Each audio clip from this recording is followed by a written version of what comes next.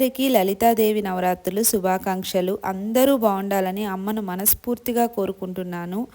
అసలు ఈ జీవితం నిజం కానప్పుడు ఎందుకు అందరూ ఇంత ఎక్కువ ఆలోచిస్తున్నారో అర్థం కావడం లేదు.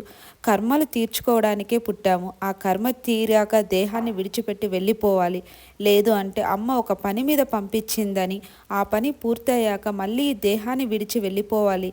కాకపోతే మనం చేస్తున్న తప్పు ఏంటంటే కర్మని తీర్చుకోవడానికి వచ్చి కొత్త పాప కర్మను మూట కట్టుకుంటున్నాము. మళ్ళీ ఇంకో జన్మ ఇలా తిరుగుతూనే ఉన్నాం. అందుకే ఈ జన్మలో అయినా సత్యాన్ని గ్రహించండి. ఈ రోజుల్లో మంచితనం పనికిరాదు, అది నాకు తెలుసు. అందుకే మౌనం సమాధానం అని నేర్చుకోండి. వాక్కు ద్వారానే మన పాపకర్మ పెరుగుతుంది అంట. సత్యాన్ని గ్రహించండి. మన కర్మను బట్టే మన జీవితాలు నడుస్తున్నాయి. ఒకవేళ దుఃఖంగా ఉంటే ఎన్నో జన్మల పాపకర్మ. పుట్టినప్పటి నుంచి కూడా దుఃఖమే అనుభవిస్తున్నాను, ఇంకా తీరలేదు. నా కర్మ అంటే నువ్వే ఎంతో చేస్తున్నావు, నీకు తెలియదు కదా. కాబట్టి అనుభవించు. ఈ జన్మలో తీరినందుకు సంతోషించు. మరో జన్మలో ఇలా ఉండకూడదు కాబట్టే పుణ్యకర్మని పెంచుకోవాలి. తెలుసు కదా పుణ్యకర్మ ఎలా పెరుగుతుందో. అమ్మ నడిచే బాటలో మనము నడవాలి. జీవితం గురించి అర్థం చేసుకోవాలంటే ఈ జీవితం సరిపోదు.